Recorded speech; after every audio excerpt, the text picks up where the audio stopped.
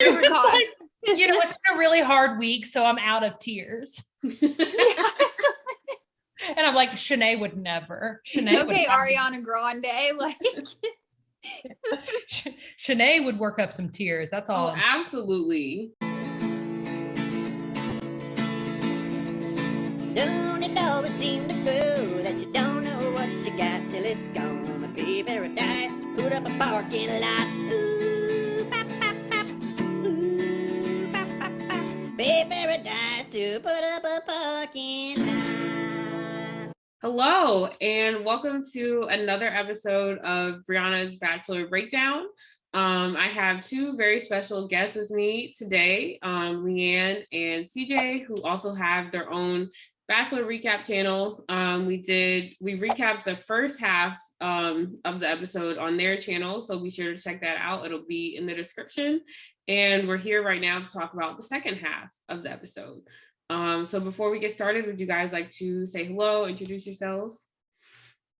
Hello, I'm CJ, and is this our third collaboration? Yeah. Wow, that's impressive. I'm just saying. That's a long relationship. Thanks, Bachelor Nash. Bachelor Nash. I'm Leanne, and this is our third collaboration. This is awesome because I don't know if people watching this know, but like we haven't met Brianna in real life. And this is truly just a friendship created by Bachelor. Look at that, bringing people together. The magic of the internet. All right, so let's go ahead and jump right into it. We're gonna start off with the group date. So we pull up, we're in Vienna, and we go see a psychoanalyst who provides couples therapy for all the girls with Clayton individually. And there are a few pivotal key moments that happen, namely with Genevieve and Sarah. So what were y'all's thoughts about the day portion of this group date? I feel like there's something like inherently weird with doing couples therapy with 6 different women or 5 different women. Right? Yeah. Though I think it's like probably the potential to be a great date in terms of this far along in the process and learning more about each other. And as you said, there are some pivotal moments here that come out only because of the date. Mm-hmm. But in general, weird. I don't think that I would be comfortable doing this with him at this point in our relationship. Though most of them are pretty like base level, like, oh, I like him. Yeah. Yeah. It was weird how they just set like a really ominous tone for it though. Like, yeah. Like it was just like very much like a dun dun dun, type of thing. And I feel like it put everyone on edge. So like, while I think in theory it had the potential to be like a really cool date where you could like learn a little bit something deeper about another person, I think they just kind of set this really like heavy tone and nobody walked into it feeling open or excited. Like everybody was like nervous and kind of upset. So don't say nobody. Oh yeah, we did have somebody who was thrilled. Yeah. I mean, it wasn't much of a group date though, was it? It was like a series of one-on-one dates, kind of. Yeah. Yeah. But honestly though, like I feel like compared to like the trauma circles that The Bachelor likes to do, where everyone just sits around and dumps out their heart to everyone else, like I feel like I much prefer this, even though it's like kind of weird in a different way. At least it's more private and individual, and like you're only opening up with like Clayton and the therapist and not all these other random people that like you don't know. And a professional. Yeah. Typically that kind of group circle thing is like, I think it was Caitlin Bristow, love, but probably shouldn't be handling these scenarios. Exactly. Yeah. I'm glad. And it did seem like Clayton was more a part of it than he is typically in the group therapy session that we've seen. So yeah. I felt like it was a back and forth. Like the girls would open up and he would respond, and like it felt like he was very engaged, which is rare from our lead. It is weird. Did you guys see Gabby's outfit in the state? Yes. Because it was incredible. What was it? It was like brown leather pants with a brown, corset matching monochromatic top. It was, go back and look. Okay. It's Yeah, worth she did not come to play with that fit. She said, therapy, see you there. It was like a showstopper. Anyway, sorry to interrupt with that, but I had to talk about it. No, very important. So what did y'all think about the interaction with Genevieve? Did we see this coming? Like, how did we think it went down? Or how did we feel about the way that it went down? So Genevieve walks in there on her date. She's already kind of said that she doesn't feel like opening up. She goes in there, she proceeds to not open up. And she starts like gets emotional and is upset, and Clayton takes her out of the room, and essentially they agree to leave this relationship together. What I thought was interesting was that Genevieve took this all on herself and was like, oh, Clayton, this has nothing to do with you. I'm just not there yet. And she internalized a lot of it. And not only did Clayton not step up and say, hey, that's not true, but personally, I would have been like, yeah, why the hell would I open up to you? I'm the only girl still here who hasn't gotten a one-on-one. And you decided to take two different people on their second one-on-one before giving me a chance. Why would I open up to you? Yeah. Especially with hometowns next week. Like, if I were in her shoes, there's no way I would feel comfortable, like, potentially introducing him to my family, even if I did advance after that group date. Like, that would be weird to me.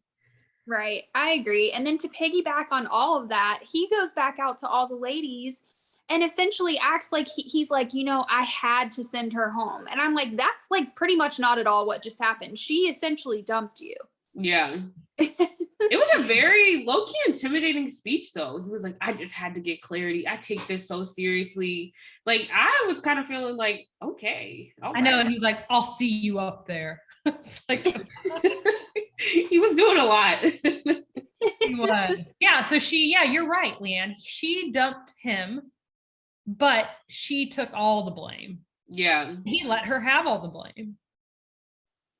Not his finest hour, but I can't say I'm surprised. Yeah. I just would have been so mad. I would have unloaded on her. She's a better person than I am, because I would have unloaded, like, how dare you drag me around and then put me in front of a therapist and say, break down your walls. Like, for what? To do what? To go home in 2 days? For this? No. Yeah. So I hope she stayed in Vienna for a little bit longer and just treated herself to a drink or two. Me too. I like Genevieve a lot. She is someone I will be excited to see in Paradise or whatever. If the journey takes her further in the franchise, I will be excited to see her. I liked her a lot. Yeah, I feel like she was she was very overlooked. I feel like she was kind of like in Eliza, where it's like, I feel like she had a lot of potential, but we never really got to know her. Which is crazy, because I thought from all the super edits that she was definitely one of the final three. Yeah, honestly. And insult to injury, honestly, after putting her in that 2-on-1 to basically just be the person to pitch Shanae up against for no reason. And now be like this. It's just lame. It was lame. But good for her for being like, oh, I'm not opening up. I'll see you later. See you on the other side. Yeah, because she totally could have faked that experience and at least made it to the next rose ceremony, but she was like, no, absolutely not. Like, exactly what you said. I don't owe you opening up, so goodbye. Yeah. And then we have Miss Sarah. What did we think about how she was handling the whole therapy experience? She made me hate our generation. she had this whole montage of her saying, I love therapy. Therapy's the best. I love sharing my feelings with a stranger. And I feel like that's how old people probably look at all of us. But I was just so over her. I'm over her. I was over her in the first half of this episode, and now I'm especially over her, and I don't even remember what happened beyond that.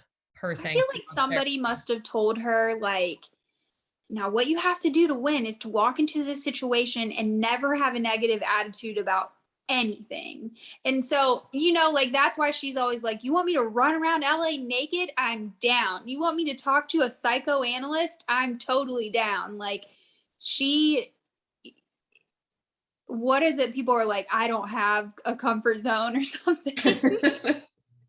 I just think it's partially because she's young though. I mean, I know it's such an annoying insult, and I don't mean it as an insult, but she's just like hasn't seen enough of life to be like scarred.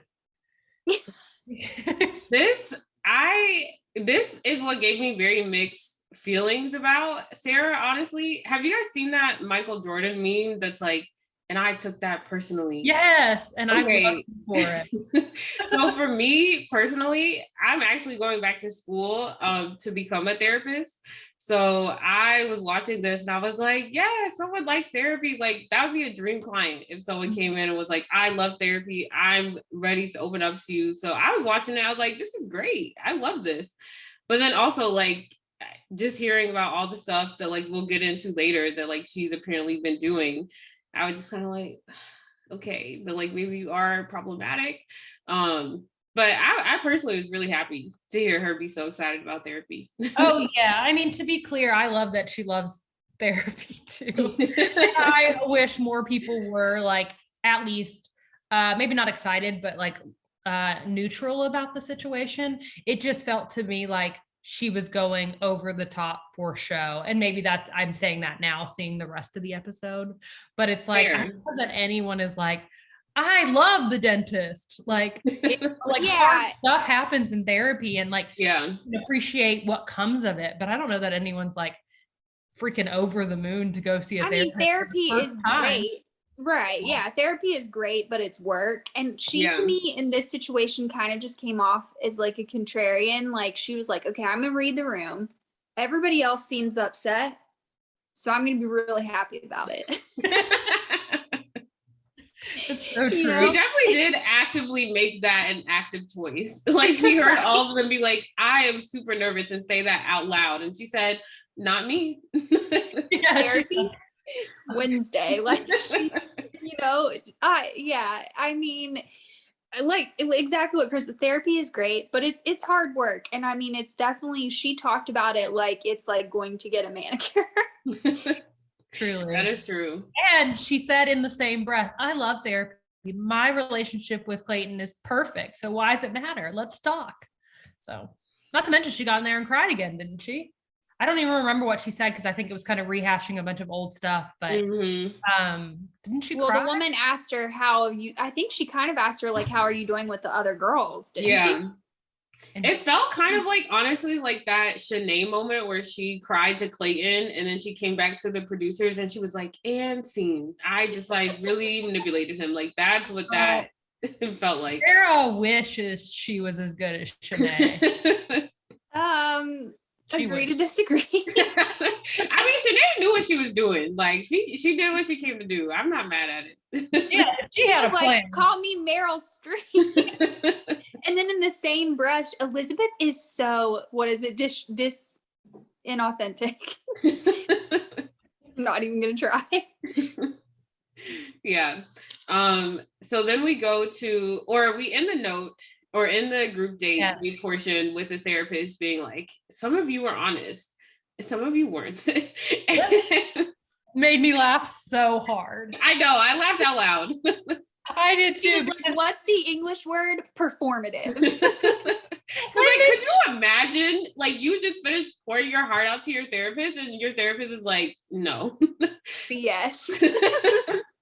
I know. I think at that moment I was saying, so what's the difference between like what's it called? Psychotherapy or psychotherapy? Yeah. Whatever she said versus like therapy. And at that same moment, Patrick, my boyfriend, was like her like basically calling them out. I was like, it made me laugh so hard that she said one of you or some of you are performative, and then just left and didn't say who. She said, I'll let y'all figure that out. It's like, good luck, Clayton. I loved that. I thought that was so funny. And like, what if he got it wrong? I know. Okay. So then we go, obviously, to the after party. And, Clayton is on this hunt to figure out who is performative, who is not being honest. He has a lot of chit chats with all the girls. So what did we think of the after party? I thought it was interesting that he grabs, because just watching it, all of these people, not all of them, but like, I think any of it could be maybe seen as performative because we all watch the show and we know that it's not all like the most authentic stuff going on. And I thought it was really interesting that he grabbed Rachel and like no questions asked was like, hey, I know that you're not the person who's being performative. And I don't really feel like he gave that clarity to anyone else except for her. I mean, he's feeling her. He's definitely feeling her and he wants her to know. Yeah. I made note of that moment as well.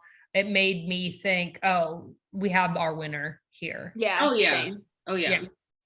Yeah. I felt that a few weeks ago because a few weeks ago he asked her like how she felt potentially about hometowns, and I've never seen a lead initiate. And number one, initiated that conversation, and number two, initiated so early. Yeah. Yeah. I remember that moment as well. He does seem to go out of his way. And I think she asked for it a little bit. And early on, she's like, I need a lot of validation, but he does go out of his way to validate her and to make her feel confident. So, yeah. But anyway, they all throw Sarah under the bus elegantly. They like place her under the bus. I feel like Teddi did the best job at that because she was like, I've been hearing some things from a person. I don't think Teddi said a name, did she? Yeah. No, she didn't. She was a total class act. She was like, I'm not gonna like lie to you, but you're a grown man and you can figure this out without me incriminating myself. So good luck. Like, yeah. Totally. And then he pulls Sarah. Yeah. What did y'all think of that scene? He was way more direct than I ever dreamed he would be. Like, I think direct, borderline mean though. I don't know. It was a weird scenario to just like straight up tell someone that she's fake crying, but I mean, she was. There were no tears on her face. He was like, I think you're trying to force those tears out right now, and I don't believe you. Goodbye. No, this is the first time he's ever said something with his chest. Like the first time that has ever happened. Yeah. So it did come across as a little aggressive, but like if this is what we have to do to get Clayton to directly address the situation, then so be it. Yeah, I'm actually not surprised that he was super direct because it reminded me of last week or whenever that was when he said, "Are you an actress?" to Genevieve. He basically just said the same thing. Like he just like cuts straight to the point. And he did that with her too. But to say to someone's face, I think you're fake crying is wild. I mean, I don't want to say that attitude was like a little bit misdirected, but I would have loved to have seen some of that bluntness with Shanae and Cassidy or whatever her name was. Like, I feel like they frankly deserved it a lot more than Sarah did, but I was proud of him. I was like, you've been kind of a doormat for much of this experience, and for you to just, because that's literally how it ended. I don't trust you. You might as well stop talking. Like, and it might have been a buildup of that. Like, it might have been like he could have been looking back at like Cassidy and Shanae and been kind of like, I wish I'd seen the signs earlier. I wish I would have taken more charge of those situations. And maybe he was trying to make up for those situations as well as address this situation all in one. Is he growing as a human? Is that what you're saying? He learned and it's possible. Well, we love to see that, I guess. But yeah, it was kind of crazy. I just can't get over the fact that he said that, like, I think you're faking these tears. And she didn't even rebuttal. She was just like, I mean, the receipts were right there. She was like, it's been a really hard week, so I'm out of tears. And I'm like, Shanae would never. Okay, Ariana Grande, like. Shanae would work up some tears. That's all. Oh, absolutely. Yeah. She'd find it in her to cry. Yeah. And Sarah just can't keep up. Listen, she's not Meryl Streep. Not to mention, she got in that car and she changed her tune real fast. She was not sad at all. She was just angry. No sad about it. Maybe That's I don't these want streams hurt when you start insulting like the lead. Like that reminded me of Martin when he got eliminated and he started insulting Michelle. I was like, okay, girl, like you're just mad that you didn't get picked. Yeah. Figure out a better way to deal with this. Go talk to your therapist. Will definitely be in paradise. I have like no doubt about it. True. Absolutely. I don't know. Oh, and that'll mean that Meryl will be there too, because you know the Bachelor loves to continue a rivalry. Absolutely. Meryl had a more graceful exit, though, I will say. Yeah. So, yeah. I think it goes to show that age difference. You do see it in small ways as you move along in the episodes. I know. I hate that I was kind of at the end of this, like maybe Meryl was on to something. Like maybe there was like something that she saw. She just didn't handle it well. Yeah, I think that's absolutely it. Yeah. Yeah, I think she didn't handle it well, and that's probably because she wasn't a front runner. Yeah. But I think she was out here doing the people's work. Yeah.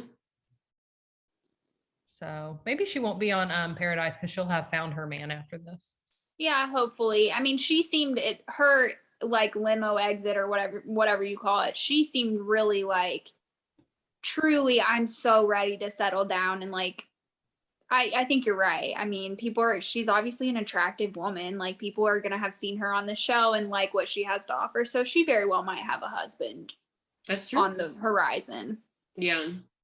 Already. I hope so. I don't dislike her. So yeah. So Clayton does not give out the rose at this group date. And then we move along to a one-on-one with Serene. It's one of those explore the city, walk around, chit chat type of dates. I don't really remember anything from like the date portion, but did you guys have any thoughts about how it went? They danced with a little old couple on the street, and I thought that was cute. Oh, that was cute. I agree. Yeah. Mostly because of the older couple, but it was cute. Serene seems to really dig him.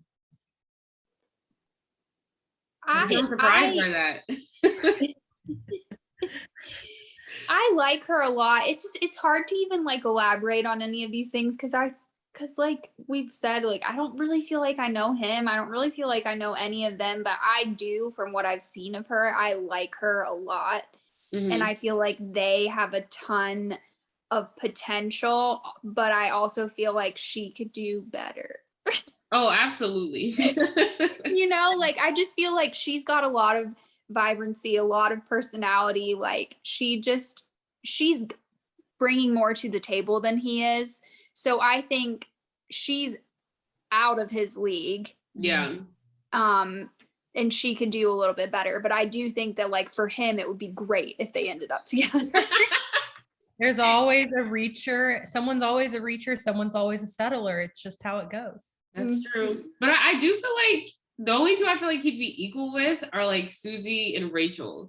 And that's not a dig at either of them, but I just think that they seem to be on a more level playing field in terms of like entering the relationship. Yeah, I totally agree with that. And it's specifically Rachel. Specifically, yes.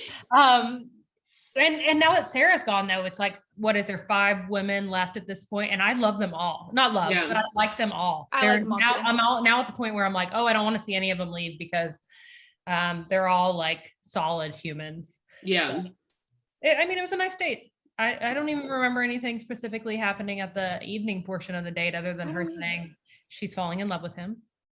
She opened up about her high school sweetheart, her high school relationship. So that was kind of an interesting conversation, I thought.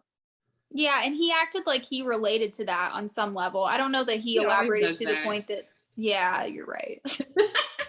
Anytime anyone opens up about any situation, he's like, oh yeah, me too. He's like, that's how I listen. I agree.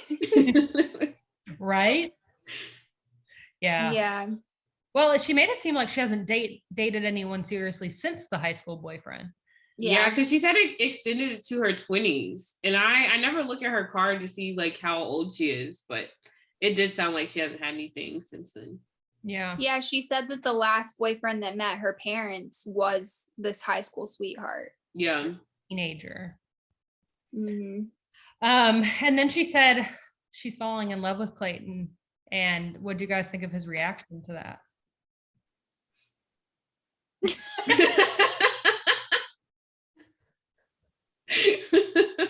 I didn't tell you to mimic his reaction. I was just curious. I mean, he seemed pleased. He seemed receptive. Yeah, it's like, gotta catch them all. That's what two down now, maybe 3. I'm not sure, but yeah, I think Leanne, you said it correctly. I think she's doing more than he is. She's doing a lot more, and She's got a lot to offer. Yeah. Like, if she doesn't end up with Clayton at the end of this, I think she will have plenty of opportunity to meet an amazing man. She's doing more. Yeah. Yeah. I don't know if I see her as a Paradise Girl though, because she seems kind of like above the drama. Like I almost don't want her to go on Paradise, just because I'd like her to find a drama-free relationship. I agree. She'd be a great bachelorette too. Leanne says about everyone. Yeah, you're right though. Even like thinking back on all the drama of the season, Serene hasn't really been a part of it. She's kind of stayed back. So it's interesting. Yeah. So then we get 2 rose ceremonies in one episode. Who thought the Bachelor could do that? Finally back on schedule. I know. But unfortunately, Teddi goes home. And I really hated that they didn't even have a conversation. Like, I mean, there's not much to say, but I would have liked for them to talk about it anyway. I would have liked that too, but I think at that point, when that happens that late in the game, I think that was on Teddi's terms, where it was, hey, I'm going to hug you and get in the car because I need to have this moment to myself and I have nothing else to say to you. Yeah. I think Teddi's not like Sarah in the way that Sarah was like, but wait, let me change your mind. Yeah, that's true. Like, you know, they're enough to understand that he's made this decision and there's no reason to hash it out. But yeah, I was sad mostly because I like Teddi a lot, and I feel like we didn't get a whole lot of Teddi except for the first episode, and I would have liked to see a longer conversation with her, but that's someone I look forward to hearing from on after the final rose for sure. Same. True. Yeah. Yeah. Because she seemed really hurt and, you know, wasn't expecting it. Yeah, she alluded to being blindsided. Yeah, their relationship was really strong, honestly. Yeah, and I don't think, I'd be curious to know the facts on how early, what's the earliest a first impression rose has gone home, because I think this is pretty early. I mean, we have Abigail. Oh, she got that mad. Season. Oh yeah, I guess she didn't make it to hometown either. And she didn't even get a one-on-one. Matt really just forgot about homegirl. Yeah, I guess that's the other way things can go, but I forgot about that completely. I think historically the women are more spot on with their first impression roses than the men are. Yeah, I was bummed. I mean, again, I think she's like another person who's bringing just a lot more to the table than he is. So like, I struggle to feel bad for her because I definitely think she's like moving on to bigger and better things. Yeah. But it kind of caught me off guard too. I mean, like Crystal had said, I like all of the women that are left. So I think I'm going to continue to be disappointed by the people who get sent home. But I don't know. It's just a bummer to see her go. I would have liked to hear any form of explanation on his side as to why he made that decision, though. Because I thought it was going to be Gabby. I think it was between those two. Because we knew Rachel had to get, you know, a slot. Yeah. So it really came down to those two, I think. Yeah. And I thought it would be Gabby because I don't know. I thought there was something special about Teddi. I think there's something special about them both, but I would have liked to had any insight as to why he made that decision, and we didn't even get that. So yeah. Well, is there anything else that we didn't touch on from the episode? Genevieve didn't get to say bye to any of the women, which I thought was pretty weird. That was weird because it was a random middle of the day walkout. I just remembered that. I'd be so upset if I didn't get to say bye to any of my friends. Like, hopefully they see each other later at the hotel or something, but that would really upset me. Yeah. Yeah, that is a bummer. I didn't even think about that. It was just so weird how like she definitely excused herself. I cannot get over how she straight up excused herself and he was like, I broke up with Teddi. I broke her heart. And I was like, no, that's not what happened. Genevieve, you said Teddi, but yeah. Oh, my bad. Yeah. With Genevieve. And I mean, that's just not, in my mind, it truly was she like dumped him. In my mind, it was pretty equal, but you've convinced me that she dumped him. And he for sure took all the credit for it. You're right. Oh, yeah. I had to let her go. Yeah. Did you? Did you have to? That's the only other thing that comes to mind. And again, Gabby's outfit. Can someone make sure to look that up after this because it's great. I will. Yeah. All right. Well, thank you guys so much for our third recap. This was so much fun. Always love having y'all on. Third time's a charm, baby. We were talking today. Do you have any idea if we're getting a break after this season or if we're rolling? I don't know. I thought that was going to be the historic announcement. Yeah, me too. A year Bachelor free. I think we'll have till May. All right. Is my guess. Yeah. Well, so they be whenever back on their it- normal schedule. Yeah, well, whenever it is, we hope we'll see you again, Brianna. Yeah. Yes. I'll still be around.